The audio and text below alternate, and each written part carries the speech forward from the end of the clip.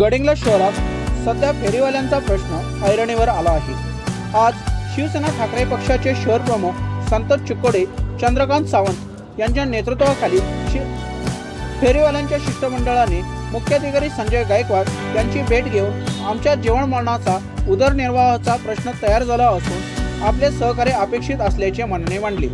यावेळी मुख्याधिकारी गायकवाड यांनी शिष्टमंडळाशी चर्चा करत असताना पालिकेकडून कोणत्याही फेरीवाल्यावर अन्याय होणार नाही याची काळजी घेतली जाईल असे आश्वासन दिले।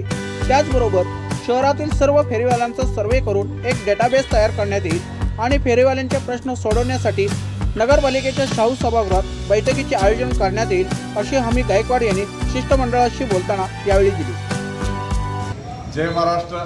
प्रथम सत्यवार्ता न्यूजचे आमचे धनंजय शेटके यांना सत्यवार्ता न्यूजच्या दुसऱ्या वर्धापन दिनाच्या खूप खूप शुभेच्छा आणि त्यांचं भविष्यात जे कार्य आहे ते असंच ह्या पद्धतीनं चालत जाऊन देत। आज अखेर म्हणजे 2 वर्षात त्यांनी चांगली प्रगती केली आहे आणि या गडिंग्लज शहरातच नव्हे तर गडिंग्लज तालुक्यात तसंच कोल्हापूर जिल्ह्यात त्यांनी आपल्या या न्यूजच्या माध्यमातून चांगलं एक काम केलेलं आहे।